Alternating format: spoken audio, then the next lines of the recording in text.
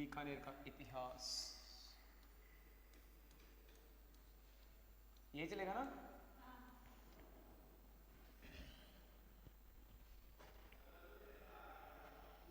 लगा लो हेडिंग और फिर शुरू करते हैं उसके बारे में।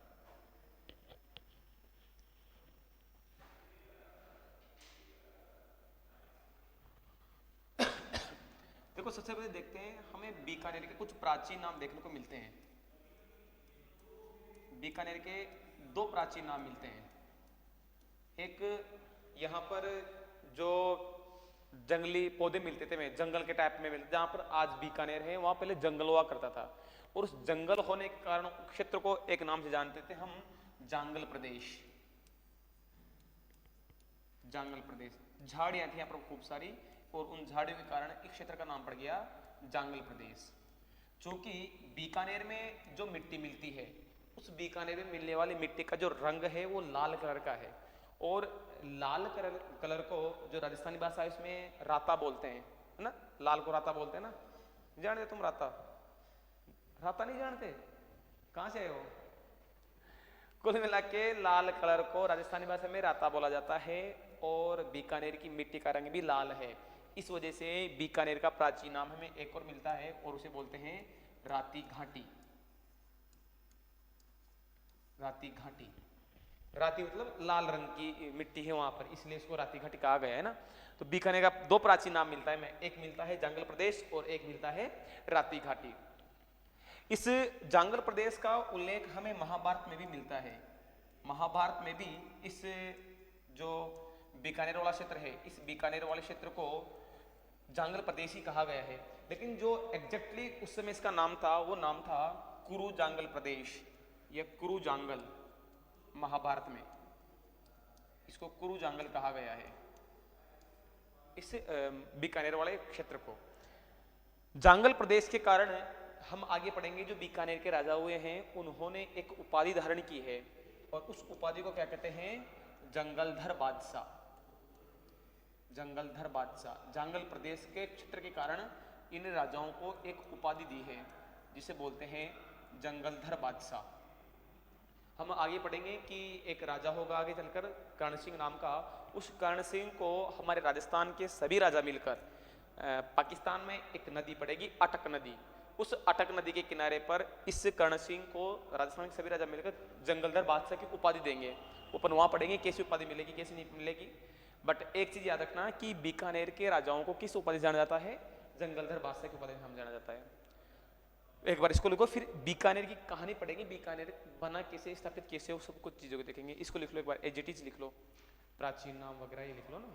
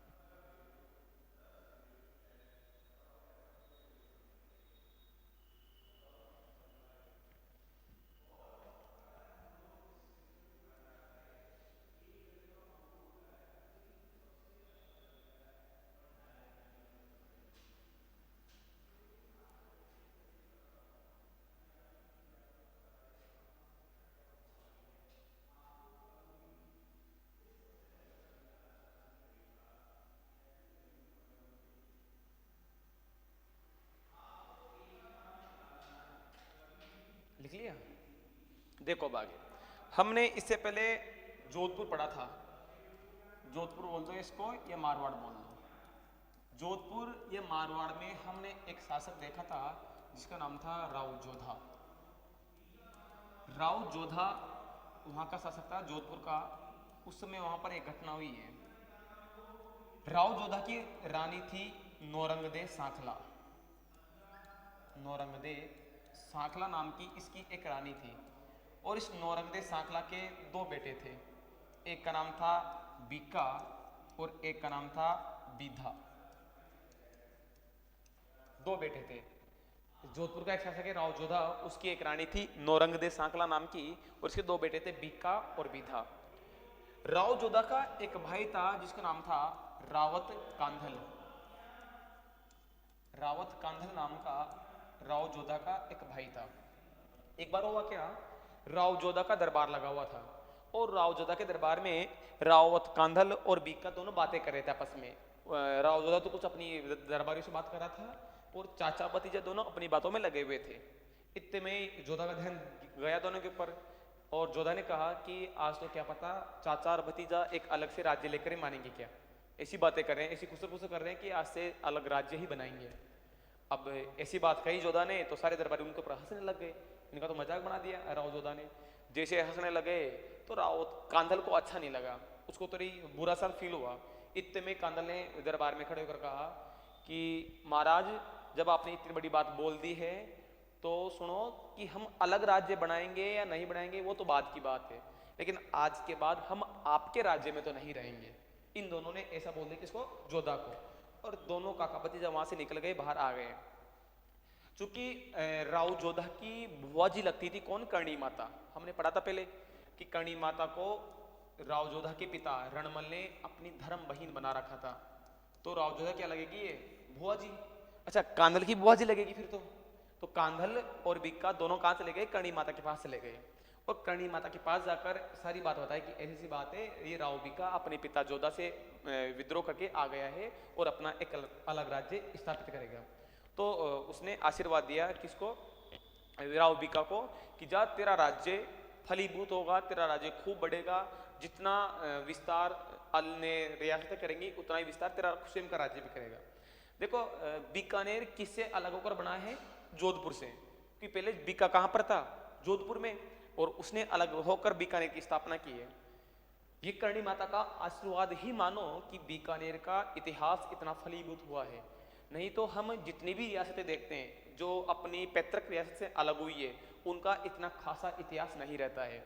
जैसे मैं अलवर की बात कर लूँ, अलवर अलग हुआ है जयपुर से। क्या हम अलवर का इतिहास उतना पढ़ते हैं जितना जयपुर का पढ़ते हैं? नहीं, उतनी जानकारी है भी नहीं हमारे पास। लेकिन जो बीकानेर वाला इतिहास है वो जोधपुर से अलग हुआ है और लगभग उतना ही इतिहास बीकानेर रियासत का है जितना लगभग जोधपुर का है।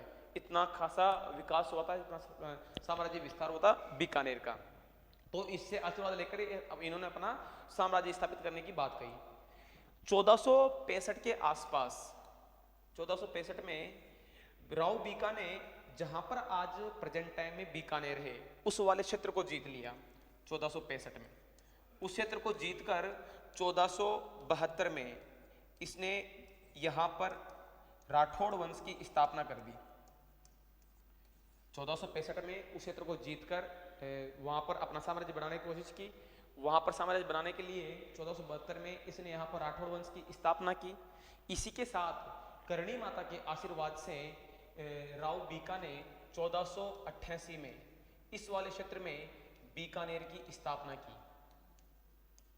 बीकानेर की स्थापना की। पहले क्या किया, जहां पर इसको अपना साम्राज्य बसाना था उस क्षेत्र को जीता। कब?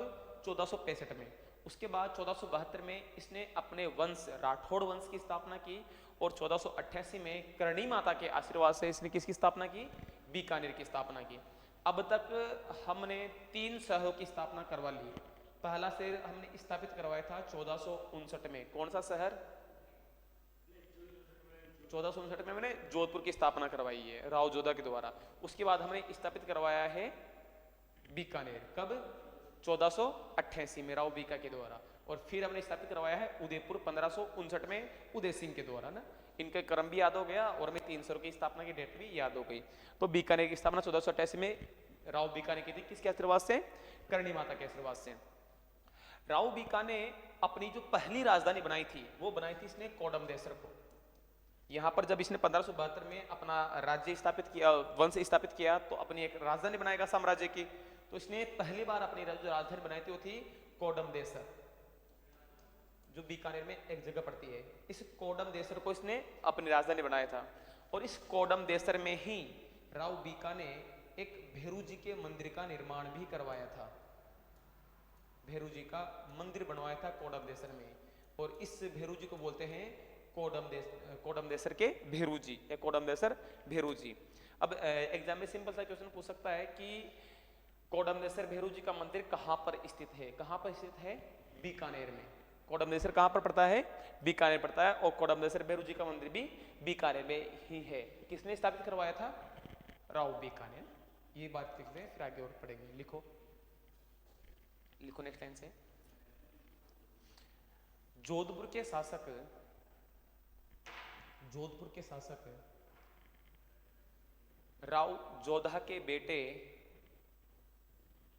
जोधपुर के शासक राव जोधा के बेटे बीका ने, राव जोधा के बेटे बीका ने अपने चाचा रावत कांधल के साथ,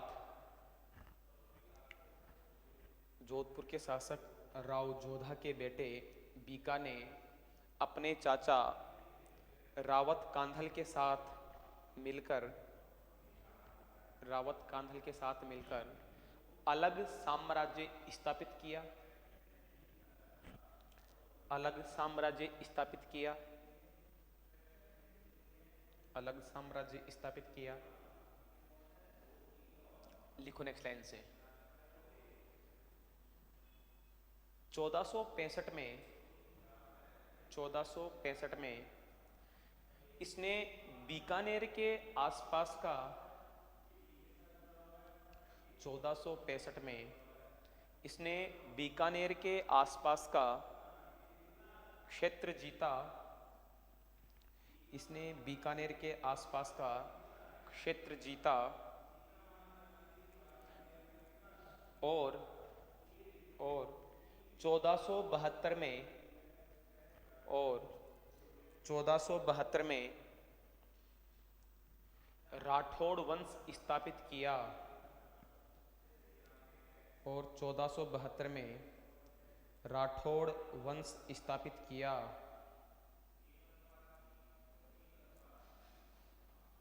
राठौड़ वंश स्थापित किया तथा अपनी राजधानी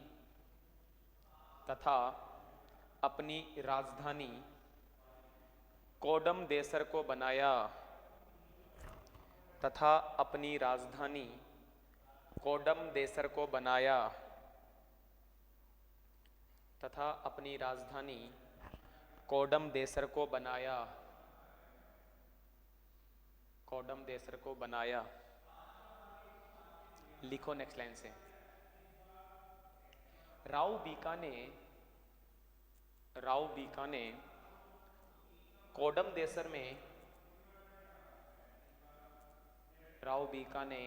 देसर में भेरू मंदिर का निर्माण करवाया। राव बीका ने कोडम देसर में भेरू मंदिर का निर्माण करवाया। भेरू मंदिर का निर्माण करवाया। लिखो नेक्स्ट लाइन से।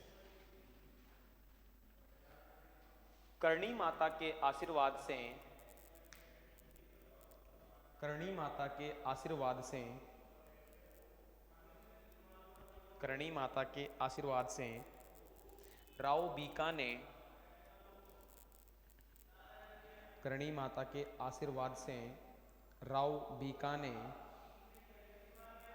बीका ने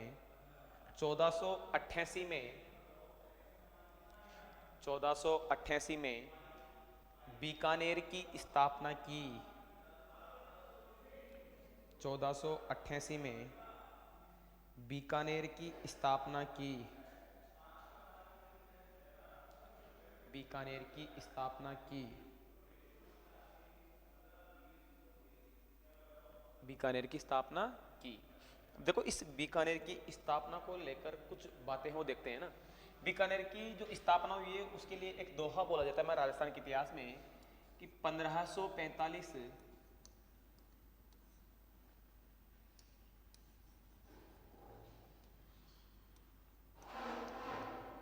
1545 बैसाख सुद सुमेर 45 क्या हो रहा है आदमी को 1545 सुद बैसाख सुमेर सुद बैसाख सुमेर थावर बीज थरपियो थावर बीज थरपियो बीको बीकानेर बीको बीकानेर। ये एक दोहा चलता है बीकानेर की स्थापना के लिए कि 1545 सुद बैसाख सुमेर थावर बीज थरपियो बीको बीकानेर। यहाँ पर इसकी डेट बताई गई है कब 1545 बीकानेर की स्थापना कब हुई है 1545 में। सही बात है क्या? क्या बीकानेर की स्थापना 1545 में हुई है? तो यह क्यों लिख रखा है 1545 है विक्रमी संवत है 1545 और जो ईसवी सन की बात करें वो है 1488। इसमें हमारा जो ईसवी सन होता है ईसवी कैलेंडर होता है वो विक्रमी संवत से 57 साल पीछे चलता है। हमारा जो ईसवी सन कैलेंडर होता है वो विक्रमी संवत से 57 साल क्या चलता है पीछे चलता है। अगर आप इसमें 57 साल ऐड करोगे तो आपको 1545 मिल जाएंगे, यानी कि 1545 बता रखा है विक्रमी संवत। इसके अलावा डेट भी बता रखी है किस डेट को हुआ था। ये जो डेट बता रखी है वो है सुद बैसाख सुमेर। सुद का मतलब है यहाँ पर शुक्ल पक्ष, बैसाख का मतलब बैसाख का महीना है और सुमेर का मतलब होता है द्वितीय, है ना, द्वितीय। यानी बैसाख महीने की शुक्ल द्वितीया को 1545 में किसकी स्थापना हुई है बीकानेर की। थावर का मतलब होता है शनिवार। राजस्थानी भाषा में शनिवार को बोलते हैं थावर। उस दिन कौन सा वार था? थावर, शनिवार था। थावर बीज थेरेपियो, थेरपना मतलब स्थापित करना, बीजों को स्थापित किया है किसने? बीकानेर। किसके बीजों को? बीकानेर के बीजों को। यानी कि 1545 शुद्ध बैसाख सुमेर थावर बीज थेरेपियो, शनिवार के दिन बीज थेरेपी यानी स्थापना की थी बीकानेर की, बीको बीकानेर। देखो कौन सा दिन था? शुक्ल बैसाख द्वितीया थी। इसका अगला दिन आता है शुक्ल पक्ष की तृतीया, है ना, बैसाख शुक्ल तृतीया। बैसाख शुक्ल तृतीया को राजस्थान में एक त्योहार मनाते हैं। बैसाख शुक्ल तृतीया कौन सा त्योहार मनाते हैं? अक्षय तृतीया, जो कल थी, आखा तीज, अक्षय तृतीया, जिसको हम राजस्थानी भाषा में बोलते हैं आखा तीज। बैसाख शुक्ल तृतीया को अक्षय तृतीया या आखा तीज मनाई जाती है।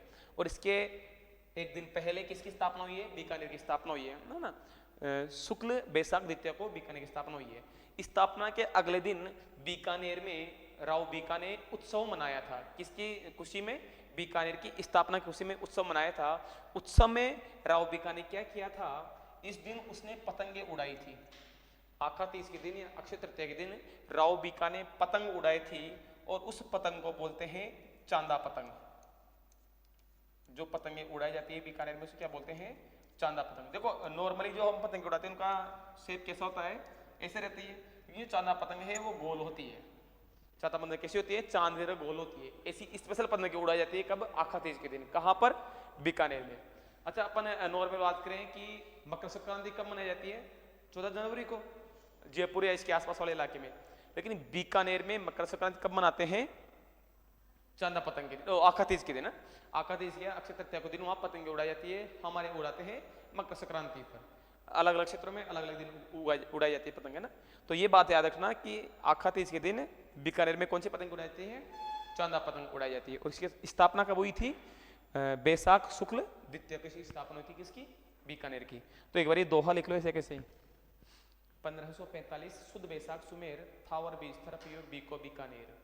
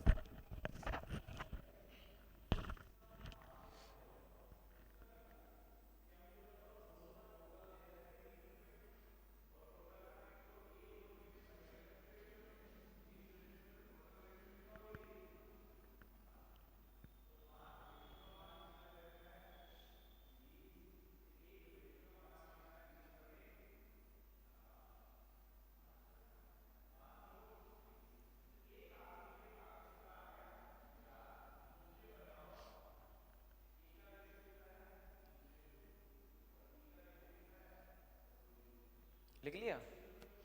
लिखो नेक्स्ट लाइन से। अक्षय तृतीया या आखा तीज,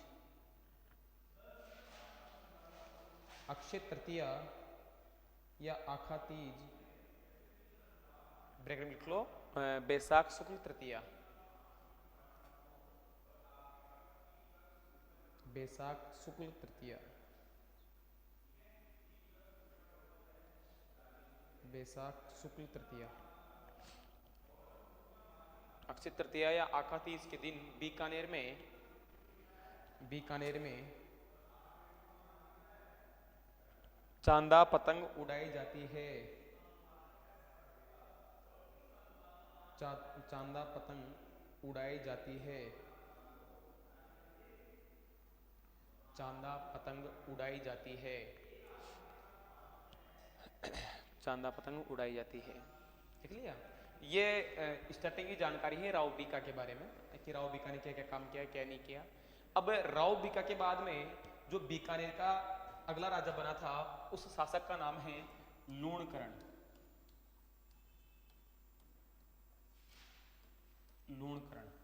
लूणकरण बीकानेर का अगला शासक बना है, जिसका टाइम पीरियड था 1504 से 1565। लूणकरण, उसका नहीं लिखा था ना, उसका 14, इसका नहीं है, 1465 उसका था वो, तो उसका टाइम पीरियड है ना उसका बीका का 1465 से 1504 है ना, 1565 से 1465 से 1504 है ना। लूणकरण का है 1504 से 1526। देखो इस समय बीकानेर वाले क्षेत्र में एक संत घूम रहे थे, एक संत विचरण कर रहे थे और उन संतों का नाम है जसनाथ जी। तो जो लूणकरण शासक है, लूणकरण बीकानेर का शासक बना था जसनाथ जी के आशीर्वाद से। जसनाथ जी के आशीर्वाद से ही क्या बना, क्या हुआ? हाँ? क्या कंफ्यूजन है?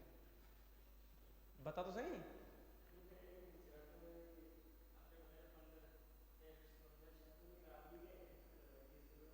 हेडिंग नहीं डलवाई मैंने, है ना, वो सारी बातें उसके बारे में ही थी, इसलिए मैंने हेडिंग नहीं डलवाई थी। जसनाथ जी के आशीर्वाद से लूणकरण बीकानेर का शासक बना था। इतनी बात याद रखनी है कि किसके आशीर्वाद से ये शासक बना था। इसके अलावा लूणकरण ने अपने स्टार्टिंग में काफी सारे युद्ध किए थे अलग अलग रियासतों से। जैसे कि लूणकरण के टाइम पे जैसलमेर का एक शासक था रावल जेतसी। जैसलमेर का शासक था रावल जेतसी। रावल जेतसी के साथ इसने युद्ध किया था और युद्ध जीता था। इसके अलावा इसने नागौर के एक शासक के साथ युद्ध किया था और नागौर का शासक था मोहम्मद खां। मोहम्मद खां के साथ इसने युद्ध किया है और इसको हराया है। इसके अलावा हमारे बीकानेर और हरियाणा के बाउंड्री पे एक जगह पड़ती है ढोसी। इसने ढोसी का युद्ध लड़ा है और ये ढोसी का युद्ध लड़ा था इसने 1526 में। 1526 में ढोसी का युद्ध किसके बीच में हुआ है? एक शासक है बीकानेर का लूणकरण और एक शासक था अभिमीरा। अच्छा, अभिमीरा कहाँ का शासक था? तो हरियाणा में एक जगह पड़ती है नारनौल। नारनौल का सुल्तान था अभिमीरा। इस नारनौल के सुल्तान अभिमीरा और बीकानेर के शासक लूणकरण के साथ में ढोसी का युद्ध हुआ है। कब? 1526 में। और इस युद्ध में लड़ते हुए लूणकरण की हो गई मृत्यु। इस युद्ध में लड़ते हुए इसकी क्या हो गई थी? मृत्यु हो गई थी लूणकरण की। लूणकरण का ये थोड़ा सा राजनीतिक उपलब्धियां हैं। ये युद्ध लड़ते, जैसलमेर का राव जैसे के साथ लड़ा था, नागौर के मोहम्मद खां के साथ लड़ा था, ये दोनों युद्ध जीते थे इसने। लेकिन ढोसी का युद्ध जो 1526 में लड़ा था उसमें ये मारा गया था लड़ता हुआ। किसके साथ? अभिमीरा मुस्लिम शासक था, कहाँ का? नारनौल, हरियाणा का। इसके अलावा लूणकरण ने बीकानेर में एक मंदिर का निर्माण करवाया है जिसका नाम है लक्ष्मीनाथ जी का मंदिर। लक्ष्मीनाथ जी का मंदिर, उसका निर्माण करवाया इसने बीकानेर में। किसने? लूणकरण ने। जिस प्रकार से उदयपुर के शासक या मेवाड़ के शासक अपने आप को किसका दीवान मानते थे? एकलिंग जी का। और हम अगर बात करें जयपुर के या आमेर के शासकों को, तो ये अपने आप को गोविंद देव जी का दीवान मानते हैं। गोविंद देव जी ना अपने जयपुर में, उनका दीवान मानते हैं। उसी प्रकार से जो बीकानेर के शासक है वो अपने आप को किसका दीवान मानते हैं? लक्ष्मीनाथ जी का दीवान मानकर वहां पर शासन करते हैं। इन तीनों रियासतों के बारे में याद रखना, तीनों में आता है ऐसा पॉइंट कि मेवाड़ वाले एकलिंग जी को राजा मानते हैं मेवाड़ का, और ये लक्ष्मीनाथ जी को मानते हैं, और जयपुर वाले गोविंद देव जी को मानते हैं। और लक्ष्मीनाथ जी का मंदिर किसने बनवाया था? लूणकरण ने ये मंदिर बनवाया था। कहां पर? बीकानेर में। देखो हमारे एक इतिहासकार हुआ है बिट्टू सूजा। बिट्टू सूजा नाम का एक इतिहासकार हुआ है। उस बिट्टू सूजा ने लूणकरण को एक उपाधि दी है। लूणकरण को बिट्टू सूजा ने कहा है राजपुताने का कर्ण। इसकी दानवीरता के कारण इसे बिट्टू सूजा ने राजपुताने का कर्ण कहा है। राजपुताने का कर्ण। और एक और इतिहासकार हुआ है जिसका नाम है जयसोम। जयसोम ने भी इसकी दानवीरता के कारण इसकी तुलना कर्ण के साथ की है कि लूणकरण भी कर्ण के समान दानवीर आदमी था। इसी तुलना की केवल किसने? जयसोम ने। और बिट्टू सूजा ने इसको क्या कहा है? राजपुताने का कर्ण। हम आगे पढ़ेंगे, आगे एक शासक आएगा राय सिंह। राय सिंह को कहा है कलयुग का कर्ण, और लूणकरण को कहा है राजपुताने का कर्ण। दोनों में कंफ्यूज मत होना, इसको राजपुताने कहा है, उसको कलयुग का कर्ण कहा है। ये बातें हैं किसके बारे में? लूणकरण के बारे में। लिखो इसमें, लिखो, यह जसनाथ जी के आशीर्वाद से, यह जसनाथ जी के आशीर्वाद से बीकानेर का शासक बना।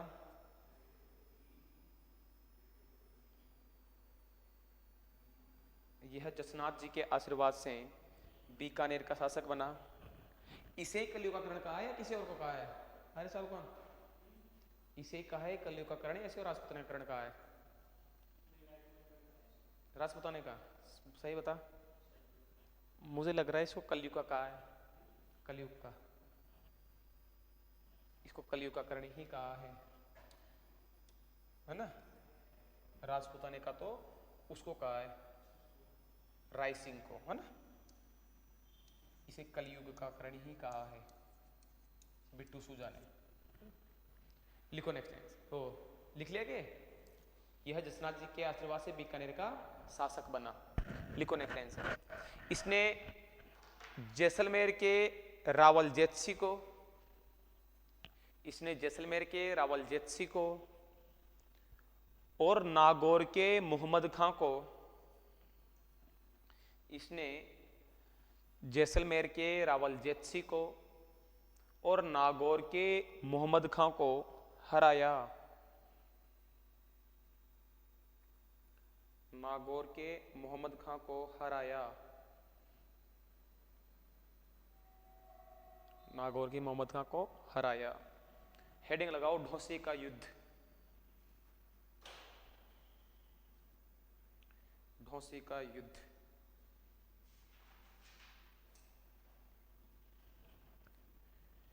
ढोसी का युद्ध कब हुआ था? 1526 में।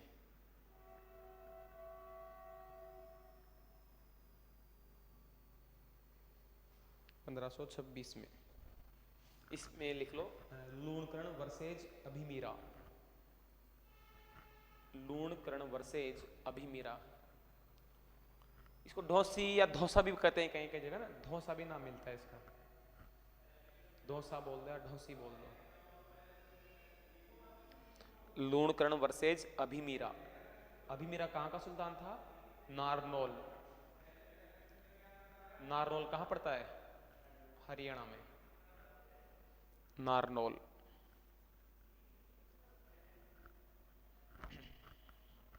इसमें लिखो, इस युद्ध में लड़ते हुए, इस युद्ध में लड़ते हुए, इस युद्ध में लड़ते हुए लूणकरण की मृत्यु हो गई।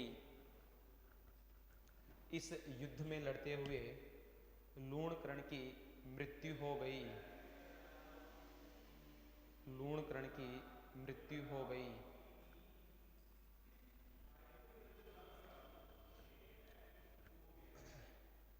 लिखो नेक्स्ट आंसर। लूणकरण ने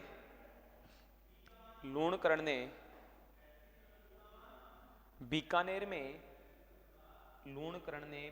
में लक्ष्मीनाथ जी का मंदिर बनवाया।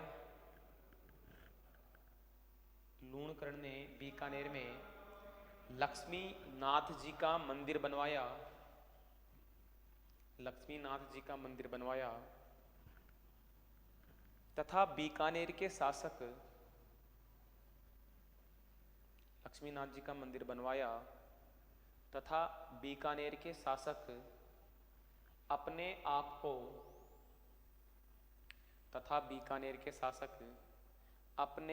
को लक्ष्मीनाथ जी का दीवान मानते हैं। तथा बीकानेर के शासक अपने आप को लक्ष्मीनाथ जी का दीवान मानते हैं। लक्ष्मीनाथ जी का दीवान मानते हैं। लिख लिया? लिखो नेक्स्ट लाइन से। इतिहासकार बीटू सूजा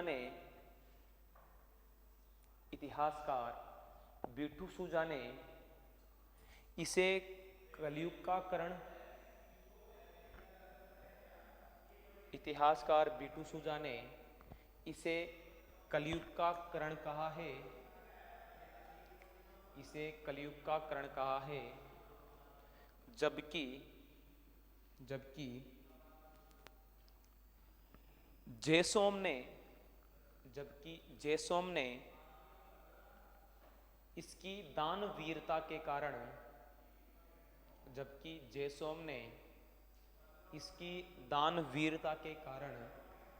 इसकी तुलना कर्ण के साथ की है। इसकी तुलना कर्ण के साथ की है।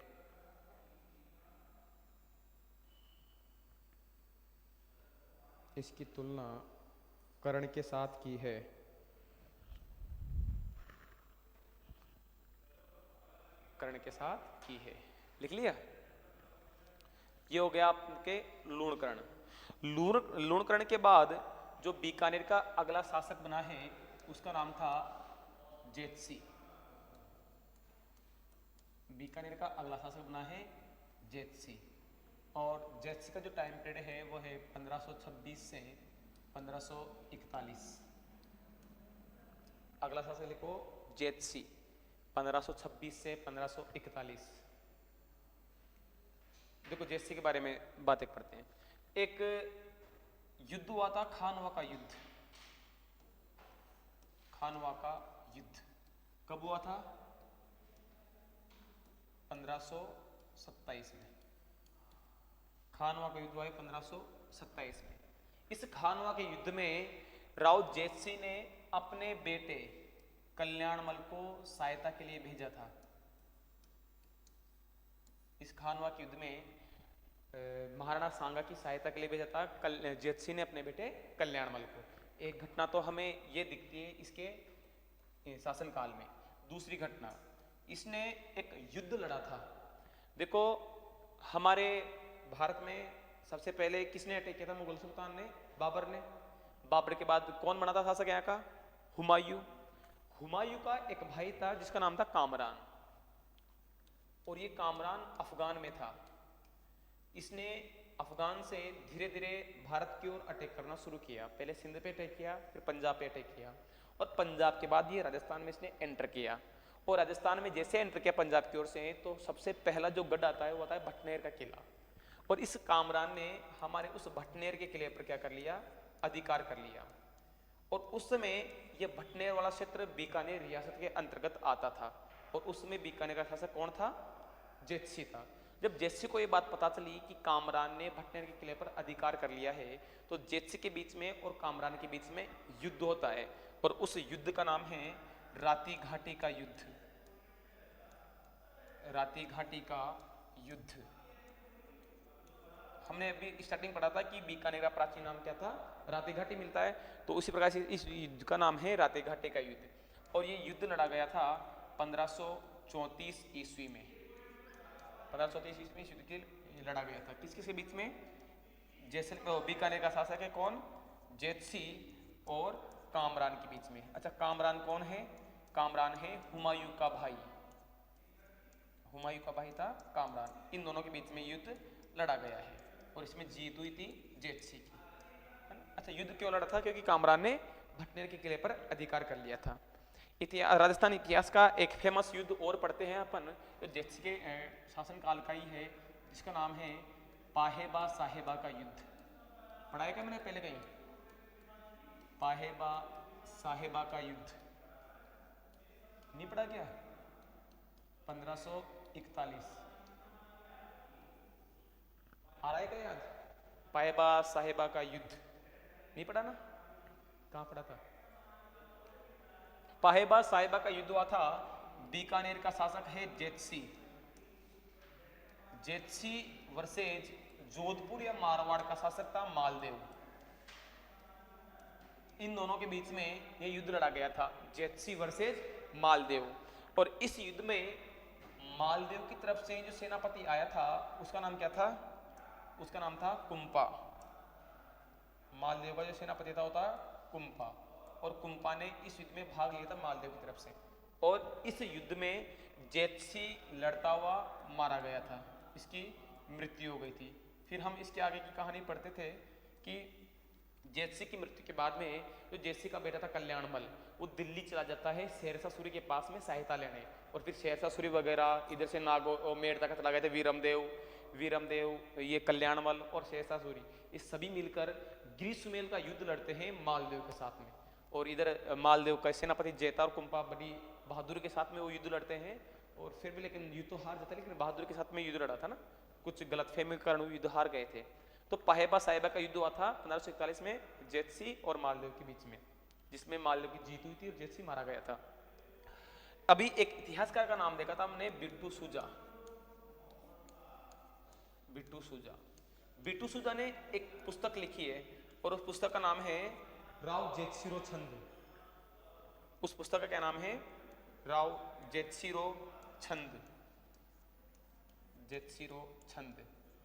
बिट्टू सूजा की इसी पुस्तक से, राव जेतसिरो छंद नामक पुस्तक से हमें जेतसी की ये सारी बातें पता चलती है। इन सभी युद्धों की जानकारी में कहीं से मिलती है? तो इस पुस्तक से मिलती है। ठीक है ना? तो इतनी जानकारी थी किसके बारे में? जेतसी के बारे में। लिखते हैं इसके बारे में। हेडिंग लगा ली थी ना तुम लोगों ने? लिखो, राव जेतसी ने अपने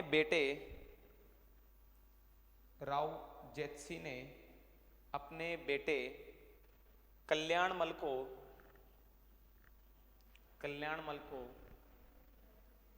खानवा के युद्ध में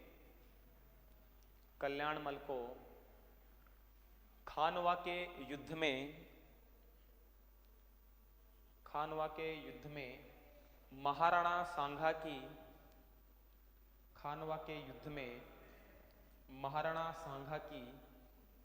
सहायता के लिए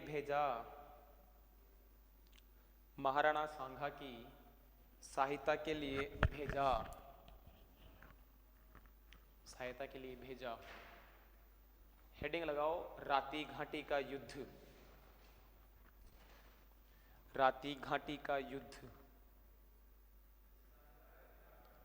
कब हुआ था? 1534 में। राती घाटी का युद्ध 1534। लिखो, जेतसी वर्सेज कामरान।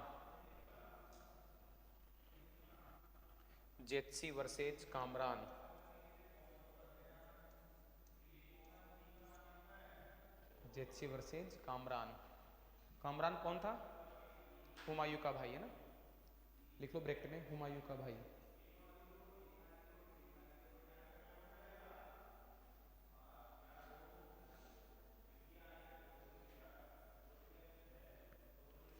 और इसके नीचे जीत लिख ली, जेतसी की जीत हुई थी इस युद्ध में ना।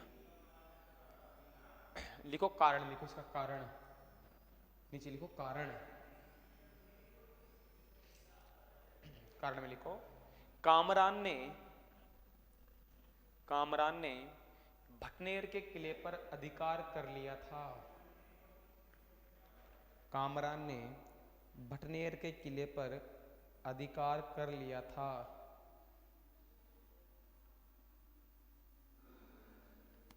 भटनेर के किले पर अधिकार कर लिया था।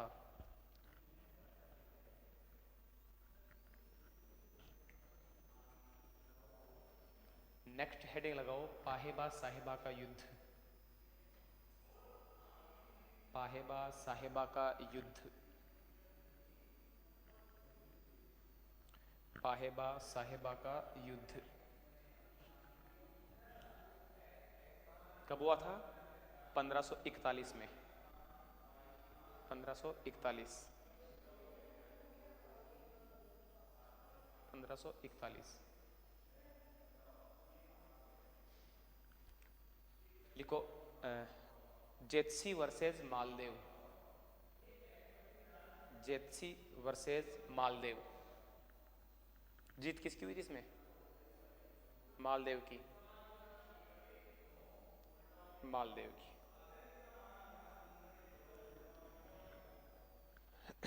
लिखो नेक्स्ट लाइन से, इतिहासकार बिट्टू सूजा की पुस्तक, इतिहासकार बिट्टू सूजा की पुस्तक, बिट्टू है ना, बिट्टू सूजा की पुस्तक राव जेत्सिरो छंद से, बिट्टू सूजा की पुस्तक राव जेत्सिरो छंद से इसकी जानकारी मिलती है। इसकी किसकी? जेत्सी की है ना। इसकी जानकारी मिलती है। इसकी जानकारी मिलती है। इसकी जानकारी मिलती है। ये हो गया राव जेत्सी। राव जेत्सी के बाद में जो अगला शासक बना था बीकानेर का, वो है राव कल्याणमल।